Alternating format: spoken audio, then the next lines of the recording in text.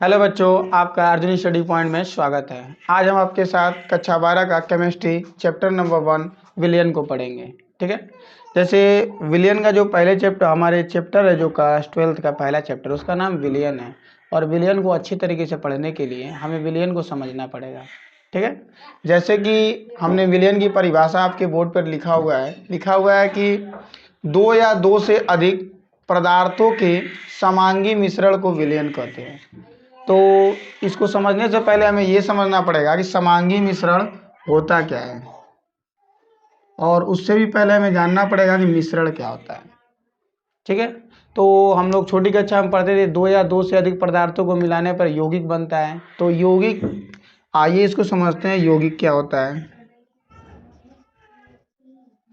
ये आपके पास जो यौगिक होता है, इसमें भी दो या दो से अधिक परमाणुओं को या अणुओं को मिलाने से एक नया पदार्थ बनता है, जिसको हम यौगिक कहते हैं। परंतु वो निश्चित अनुपात में मिलाया जाता है। जैसे कि मान लीजिए आपको जब कोई ये लिख दिया हमने H2O, ये तो हम जानते हैं जल है, हमें पता है कि H2O एक ये जल है। ये क्या है? एक जल है। H2O जल है, परंतु इसमें जो हाइड्रोजन एक परमाणु है, दो हाइड्रोजन है तो अणु है, और यहाँ पे एक ऑक्सीजन है, ऑक्सीजन का O। ठीक है, तो हाइड्रोजन का जो परमाणु, इसमें हाइड्रोजन कितना सम्मिलित है? 2। ठीक है, और ऑक्सीजन कितना सम्मिलित है इसमें? 1। अगर जो इसका परमाणु द्रव्यमान देखा जाए तो 1:8 के अनुपात में मिलाए जाते हैं। जैसे कि हाइड्रोजन का क्या होता है, हाइड्रोजन का परमाणु द्रव्यमान 1 होता है, मगर जल के अंदर इसके कितने अणु सम्मिलित हैं? 2। इसे 2 से मल्टीप्लाई कर दीजिए, मतलब जल के अंदर 2 हाइड्रोजन का अनुपात में सम्मिलित है। और ऑक्सीजन का कितना होता है बाबू? ऑक्सीजन का होता है 16। ऑक्सीजन का कितना होता है? 16 परमाणु द्रव्यमान। यदि इसका अनुपात निकाला जाए, हाइड्रोजन का और ऑक्सीजन का यदि अनुपात निकाला जाए तो 2 कम में 2 और 2 अठे 16। यदि 1:8 के रूप में यदि हम हाइड्रोजन और ऑक्सीजन को मिलाते हैं, तभी एक यौगिक बनेगा, मतलब तभी हमें एक जल प्राप्त होगा। यदि हम इसमें थोड़ा सा भी कम बेसी करते हैं, यदि हाइड्रोजन की मात्रा हम बढ़ा देते हैं और ऑक्सीजन की मात्रा यही निश्चित रखते हैं, तो ये जल प्राप्त नहीं होगा, फिर वो यौगिक के अंतर्गत नहीं आएगा। इसीलिए यौगिक क्या होता है? दो या दो से अधिक पदार्थों को आपस में मिलाते हैं और वो एक निश्चित अनुपात में मिलाया जाता है, जिससे कि क्या बनता है? यौगिक बनता है। ठीक है, यौगिक के साथ साथ आप समझिए मिश्रण क्या होता है। मिश्रण की बात कर लेते हैं।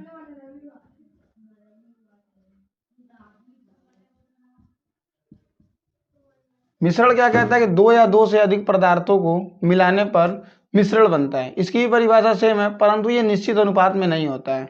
जैसे मान लीजिए कि आप जल ले लीजिए H2O, और इथेनॉल ले लीजिए। क्या ले लीजिए? इथेनॉल। इथेनॉल का मतलब कि दारू ले लीजिए।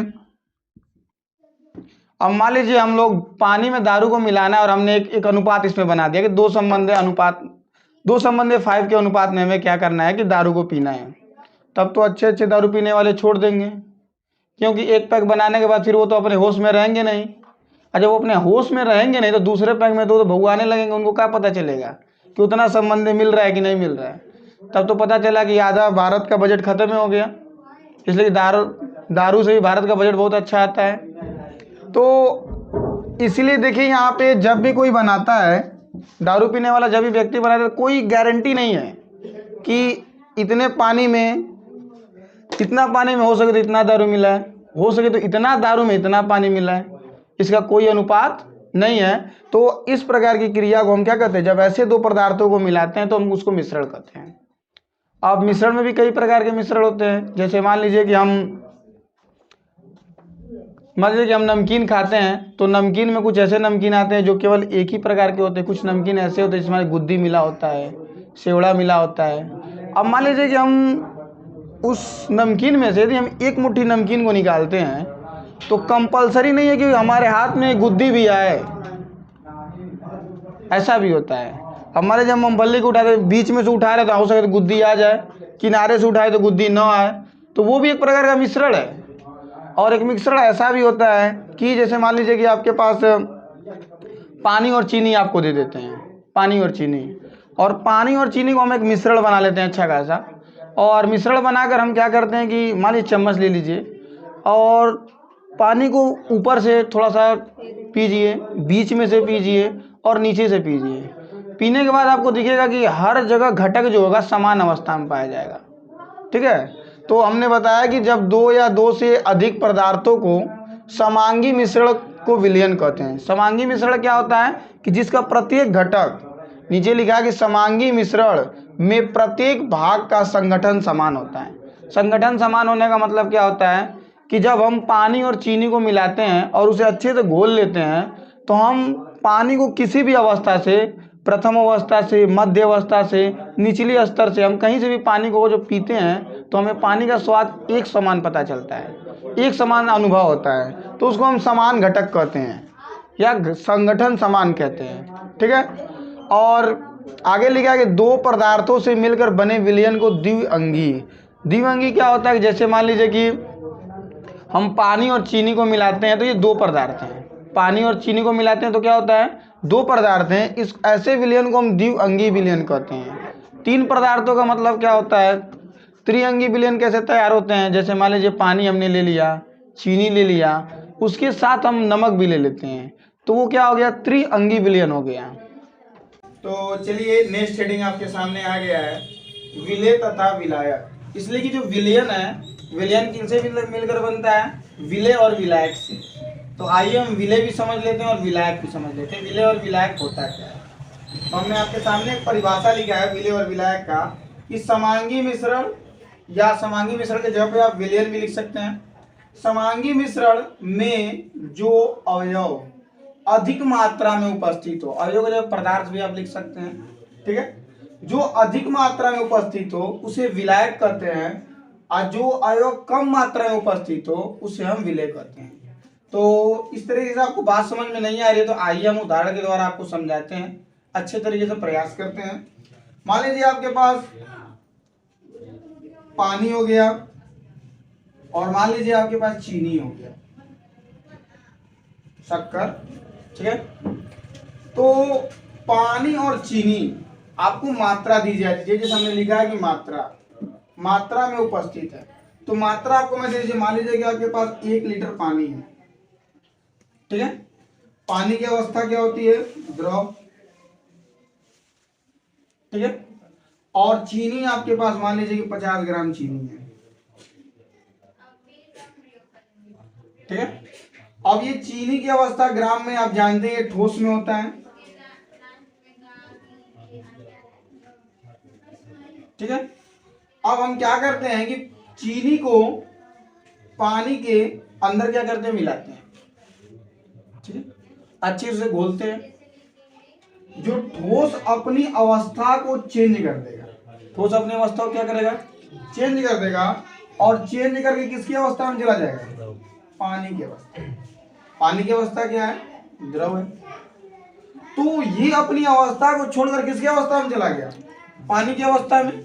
तो इसलिए इसकी मात्रा कम है और इसकी मात्रा क्या है, अधिक है। तो जिसकी मात्रा कम होगी उसे हम विलेय कहेंगे। तो यहाँ पे जो चीनी है वो क्या है, विलेय है, और जो यहाँ पे पानी है वो क्या है, विलायक है। ठीक है, और हमने क्यों लिखा कि मात्रा में उपस्थित है, तो मात्रा पे बहुत प्रभाव पड़ता है। जैसे मान लीजिए कि अभी हम क्या करते हैं कि पानी हमारे पास 1 ही लीटर है, मान लीजिए कंडीशन 1 कंडीशन 2, आपके पानी 1 लीटर है, और हम मान लेते हैं हमारे पास यहाँ पे 50 केजी चीनी है। अब मात्रा चीनी की क्या हो गई, अधिक हो गई, बढ़ गई मात्रा। अब जैसी मात्रा बढ़ी, अब हम क्या करेंगे, चीनी को पानी में मिलाएंगे। तो धीरे धीरे एक ऐसी अवस्था आएगी कि पानी, जो चीनी है वो पानी के अंदर घुलना बंद हो जाएगा, और घुलना जब बंद हो जाएगा तो पानी अपना द्रव अवस्था है और जो चीनी ठोस अवस्था है, तो पानी अपनी अवस्था को छोड़कर किस अवस्था में चला जाएगा, वो ठोस अवस्था में चला जाएगा। तो जो ये पानी अपने अवस्था को छोड़ दिया, किस अवस्था में चला गया, ठोस अवस्था में। तो ये किसके कारण हो रहा है, ये मात्रा की उपस्थिति के कारण हो रहा है। तो जो विलेय और जो विलायक है ये मात्राओं पे निर्भर करता है, पदार्थ की जो मात्रा है उस पर डिपेंड करता है कि कौन विलेय होगा और कौन विलायक होगा। ठीक है। तो यहाँ पे हम देख रहे हैं कि पानी 1 लीटर है और यहाँ चीनी की मात्रा कम थी, तो यहाँ जो चीनी था पानी की अवस्था को कवर कर ले रहा था, जिसके कारण चीनी विलय हो जा रहा था और पानी क्या था, विलायक था। मगर वही द्वितीय कंडीशन में क्या हुआ, हमने अब चीनी की मात्रा को बढ़ा दिया और पानी की मात्रा को उतना ही रखा। तो अब हम देख रहे हैं कि पानी अपनी अवस्था को छोड़कर चीनी की अवस्था में जा रहा है, जिससे कि पता चलता है कि अब पानी की मात्रा कम है, इसलिए यहाँ पे पानी जो है वो हो जाएगा विलेय, और ये चीनी है वो क्या हो जाएगा, विलायक। ठीक है। चलिए आते हैं, देखते हैं सांद्रता के पद के बारे में। तो जो सांद्रता का पद है ये विलेय पर डिपेंड करता है। विलेय पे कैसे डिपेंड करता है, इस बात को समझिएगा आप अच्छे से। तो यहाँ पे हमने दो लिख तो वही दिया, परिभाषा सेम सेम आपको दिख रहा होगा, दिख रहा है, आप देख लीजिए ऊपर भी और नीचे भी। ठीक है, केवल समांगी मिश्रण का फर्क है। ठीक है, आइए इसे समझते हैं कि सांद्रता के पद में इसका क्या प्रभाव है। तो जैसे मान लीजिए कि एक घर में एक बहन है और एक भाई है। ठीक है, तो बहन और भाई को, बहन भी क्या करती है, 1 लीटर जल ले लेती है पानी को, और जो भाई भी है वो भी पानी को 1 लीटर ले लेता है। ठीक है, अब बहन के पास 50 ग्राम चीनी है और जो भाई के पास 100 ग्राम चीनी है। ठीक है, बहन के पास 50 ग्राम चीनी है और भाई के पास 100 ग्राम चीनी है। अब दोनों भाई बहन क्या करते हैं कि अब चीनी को पानी के अंदर अच्छे तरीके से मिला देते हैं। मिलाने के बाद अब दोनों ले जाते हैं अपने पिताजी के पास और अपने मिलाए हुए विलयन को अपने पिताजी को पिलाते हैं। तो पिताजी बताते हैं कि बहन का थोड़ा सा हल्का था और भाई का थोड़ा सा ज्यादा मीठा था। तो ये कैसे उन्हें पता चला कि ये कम मीठा और वो ज्यादा मीठा है, ये डिपेंड करता है विलेय पर। यदि विलेय की मात्रा कम होगी तो वो कम मीठा होगा, यदि विलेय की मात्रा अधिक होगी तो वो अधिक मीठा होगा। तो विलेय पर ही डिपेंड करता है सांद्रता का पद। ठीक है, तो सांद्रता का पद किस पर डिपेंड करता है, विलेय पर। यदि किसी विलयन के अंदर विलेय की मात्रा कम हो, विलेय की मात्रा क्या हो, कम हो, तो वैसे विलयन को हम तनु विलयन कहते हैं।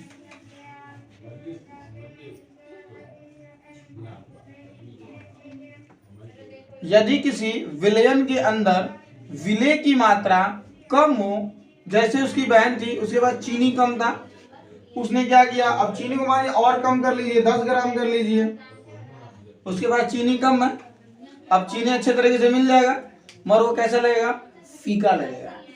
पानी कैसा लगेगा, फीका लगेगा। तो वो तनु विलयन है।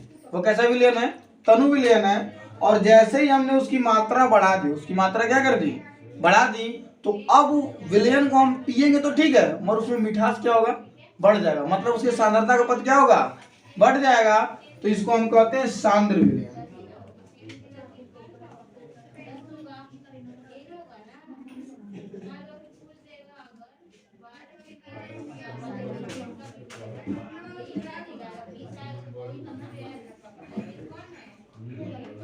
तो वीडियो के साथ बने रहें और इसी तरह देखते रहें।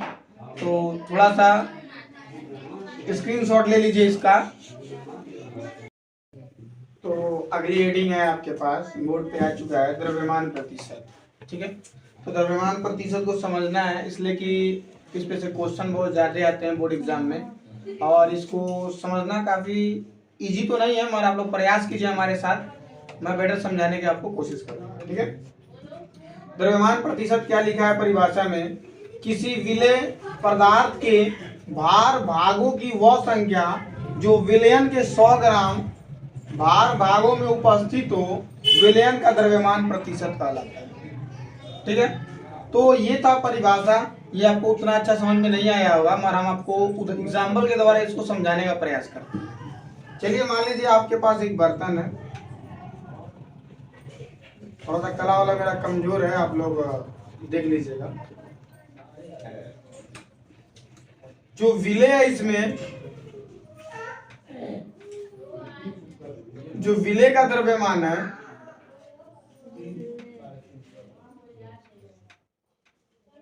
विले का द्रव्यमान हम मान लेते हैं कि Ma है, ठीक है। और इसी के अंदर हम विलायक का द्रव्यमान मान लेते हैं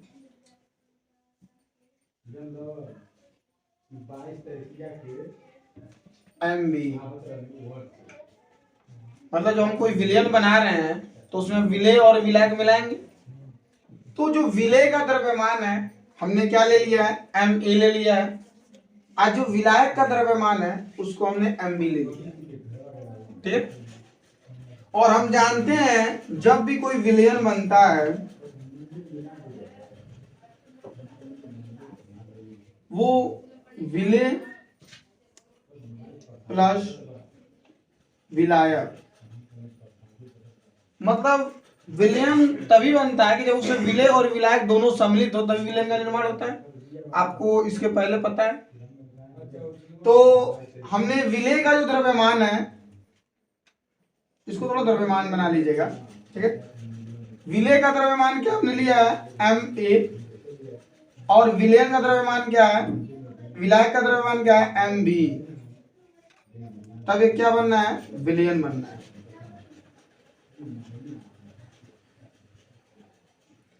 ठीक है। तो विलयन के लिए विलेय का द्रव्यमान Ma प्लस विलायक का द्रव्यमान Mb, ठीक है। तो हमें पता चलेगा कि विलयन हमारा क्या है, Ma प्लस Mb, दोनों का द्रव्यमान मिलाएंगे तो हमें किसका द्रव्यमान पता चलेगा, विलयन का द्रव्यमान, ठीक है। तो हमें 100 ग्राम विलयन में मिलाना है, तो हम ये पता करेंगे अब कि इतने विलयन में विलेय की मात्रा कितना सम्मिलित है, ठीक है। जैसे मान लीजिए कि हमें पता है कि 25 कलम का दाम 100 रुपए है, तो आपसे कोई एक कलम का दाम पूछेगा तो तुरंत हम क्या करते हैं, 25 से भाग दे देते हैं 100 में, तो हमें तुरंत पता चल जाता है कि एक कलम का दाम कितना है, 5 रुपए, 4 रुपए पता चल जाता है। 25 चौको 100, 4 रुपए, ठीक है। तो आइए हम पता करते हैं। तो हम किसका पता करना है, विलेय का। तो मान लीजिए हमारे पास क्या है कि Ma प्लस विलेय का द्रव्यमान, विलायक का द्रव्यमान, इतने विलयन में विलेय की मात्रा कितना उपस्थित है, विलेय का द्रव्यमान,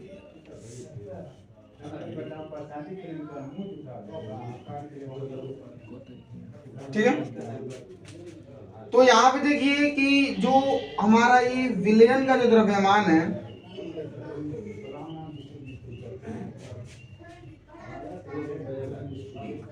विलयन का जो द्रव्यमान है, विलेय का द्रव्यमान आपके पास कितना है, Ma, कितना है, Ma, ये क्या है, विलेय का द्रव्यमान। यदि हमें पता करना हो कि 1 ग्राम या 1 द्रव्यमान या 1 ग्राम में या 1 कुछ भी, ठीक है। यहाँ पे ग्राम है, तो मान लीजिए यहाँ पे ग्राम मान लीजिए, इसको भी ग्राम मान लीजिए, ठीक है। तो हम कहेंगे 1 ग्राम विलयन में विलेय की मात्रा कितनी सम्मिलित है। जैसे अभी हमने आपको बताया कि यदि आपको पता है कि 25 रुपए का, आपको पता चल रहा है कि 25 रुपए का 100 कलम आपको मिल जाए, ठीक है। यदि यही आपको 1 रुपए का पता करना है कि 1 रुपए में कितने कलम पर मिलेंगे, तो आप क्या करेंगे, इस 25 को क्या करेंगे, इससे ले जाकर डिवाइड कर देंगे, तो आपको पता चल जाएगा कि आपको 1 रुपए में कितने कलम मिलेंगे, आपको 4 कलम। आपको ये बात पता चल गई। उसी तरह आपको इतने ग्राम विलयन में हमें पता करना है कि विलेय का द्रव्यमान कितना उसमें मिलाया गया है। तो हम क्या करेंगे कि इससे 1 ग्राम का निकालेंगे। तो जो ये है ये कहाँ चला जाएगा, इसके बटे में चला जाएगा, जिससे हमें पता चलेगा कि 1 ग्राम विलयन के अंदर 1 ग्राम विलयन के द्रव्यमान के अंदर विलेय की मात्रा कितनी सम्मिलित है, विलेय की मात्रा कितनी सम्मिलित है।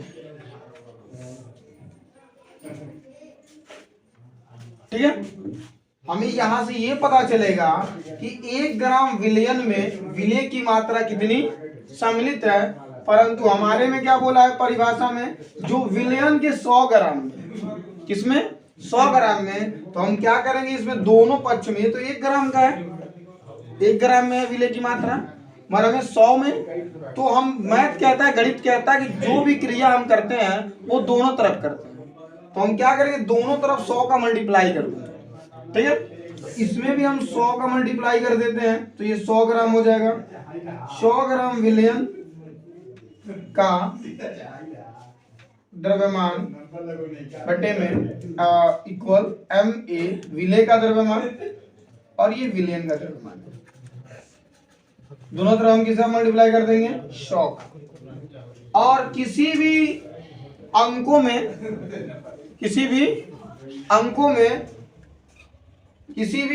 में यदि हम 100 का मल्टीप्लाई कर देते हैं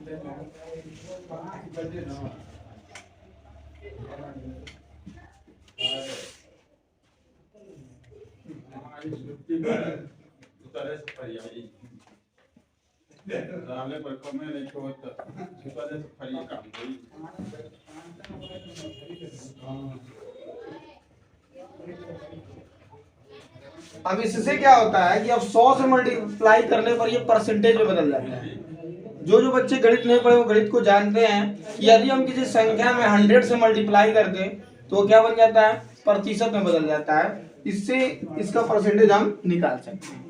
ये विलेय का था। और सेम इसी तरह यदि हमें विलायक का निकालना हो तो क्या करेंगे, जो विलेय का द्रव्यमान है यहाँ पे, यहीं पे हम किसका द्रव्यमान लिख देंगे, विलायक का द्रव्यमान लिख देंगे। ठीक है, तो 100 ग्राम विलयन का द्रव्यमान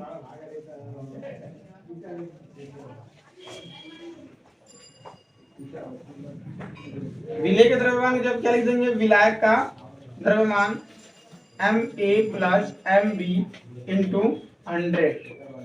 इससे हमें पता चलेगा कि 100 ग्राम विलयन के अंदर विलेय और विलायक के कितना प्रतिशत मात्रा क्या है विलयन के अंदर सम्मिलित है। ठीक है, अब इसके आगे के वीडियो को देखने के लिए हमारे वीडियो पे लाइक करें, कमेंट करें और ज़्यादा से ज़्यादा सब्सक्राइब करें और शेयर करें। ठीक है, मिलते हैं नेक्स्ट वीडियो में।